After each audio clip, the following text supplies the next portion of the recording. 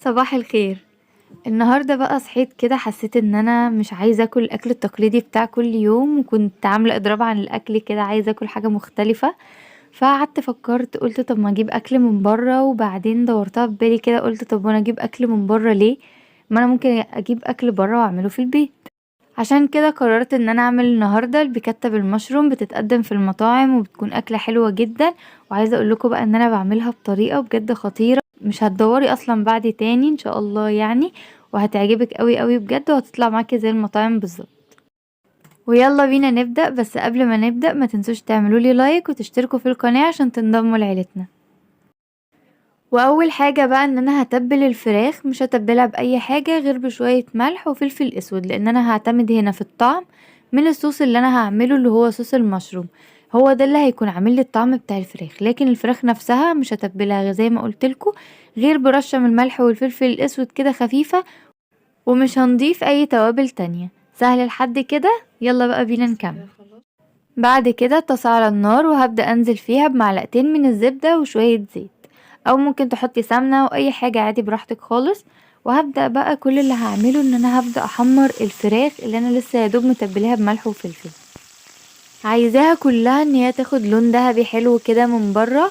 وطبعا لو الكمية كبيرة احنا بنحط شوية لحد ما يتحمروا ونطلعهم في طبق ونرجع نحمر باقي الكمية. المهم ان الفراخ بتاعتي كلها كده اخليها تتحمر وتاخد لون ذهبي حلو. واول ما بتتحمر الفراخ كلها ببدأ انقلها في طبق جانبي. وفي نفس الطاسة اللي احنا خلاص حمرنا فيها الفراخ وفيها كده البهاريز بتاعت الفراخ كلها، هبدأ انزل فيها ببصلة مبشورة متوسطة وفصين توم، وهقلبهم كويس قوي اخليهم ياخدوا كده لون دهبي حلو. وفي الوقت ده والحاجة شغالة معايا على النار هبدأ احضر المشروم بان انا انضفه. زي ما قلتلكوا المشروم بيتنضف مش بمية، هو يدوب بيتمسح بفوطة نضيفة او بمناديل.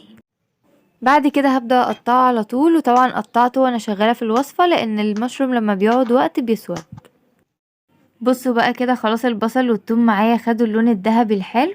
هنبدأ ننزل على طول بقى بالمشروم ونديله كده تقلبتين معاهم. وهنا احتاجت ازود حتة زبدة لان حسيت الدنيا معايا ناشفة قوي.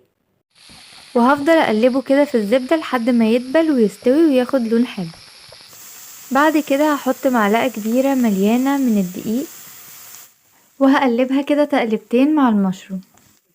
بعد كده هنزل بكوباية كبيرة من الشوربة، وهقلبها كويس قوي بحيث ان الدقيق بتاعي ما يكلكعش.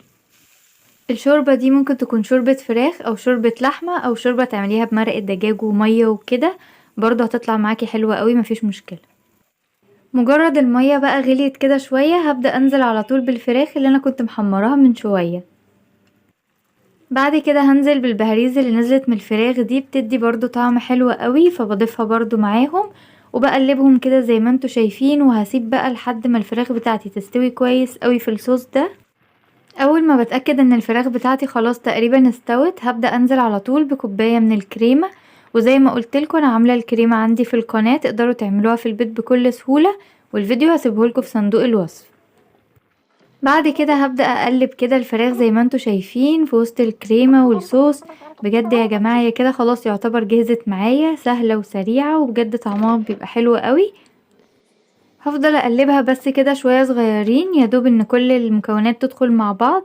وهسيبها بقى على النار شوية اللي هي الفراخ تاخد بقى من طعم الكريمة. مفيش 5 دقايق وبعد كده بقفل عليها على طول، عشان كده قلتلكوا ان الفراخ ان احنا بنسويها في الشوربة. وبعد كده هي خلاص هي الفراخ جاهزة مستوية، المشروم جاهز كله جاهز. هنقلبهم بس تقلبتين كده ياخدوا من طعم بعض وكده خلاص. في 5 دقايق بالظبط عملنا اكل المطاعم في البيت، غدا سريع وفي نفس الوقت طعمه حلو قوي. ممكن بقى تقدموا الفراخ دي جنب رز ابيض او ممكن مكرونة، باي طريقة انتوا تحبوها وتفضلوها. هبدأ بقى كده اقدمه معاكم في الطبق زي ما انتوا شايفين، وهبدأ احط عليها بقى صوص المشروم الرهيب. الصوص ده طعمه حلو قوي قوي قوي، مع ان مكوناته ممكن تكون بسيطة بس في الاخر طعمه بجد بيكون ممتاز. وعايزة اقول لكم اللحمة بقى كمان بتكون دايبة خالص كده وطعمها بجد تحفة. وبس كده حبايبي، خلص فيديو النهاردة، اتمنى يكون عجبكم وتكونوا استفدتوا واكون كنت خفيفة على قلبكم. ولو عجبكم الفيديو ما تنسوش تعملولي لايك وتشتركوا في القناة لو انتوا حابين المحتوى ده وحابين انكم تدعموه انه يستمر. واشوفكم بقى الفيديو الجاي على خير، وباي باي.